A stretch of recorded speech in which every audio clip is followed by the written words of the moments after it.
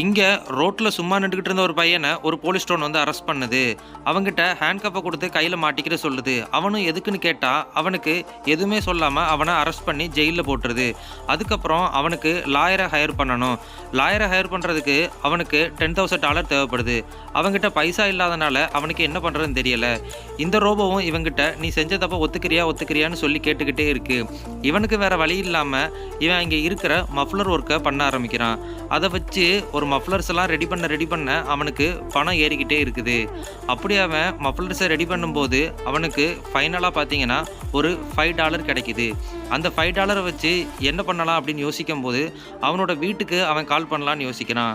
அப்படி அவன் வீட்டுக்கு கால் பண்ணி ஹெல்ப் கேட்கும்போது அவங்க அப்பா அம்மா கேட்குற கொஸ்டினுக்கெல்லாம் ஆன்சர் பண்ணிக்கிட்டே அவனோட $5 காலி ஆயிருது. மறுபடியும் அந்த ரோபோட் வந்து நீ வந்து கில்ட்டியா ஃபீல் பண்றியா இல்லையான்னு கேட்டு கேட்டு உயிரெடுக்குது. இதுலேருந்து இவன் எப்படி தப்பிச்சான்னு பார்க்கணும்னா பார்ட் 2க்கு வெயிட் பண்ணு.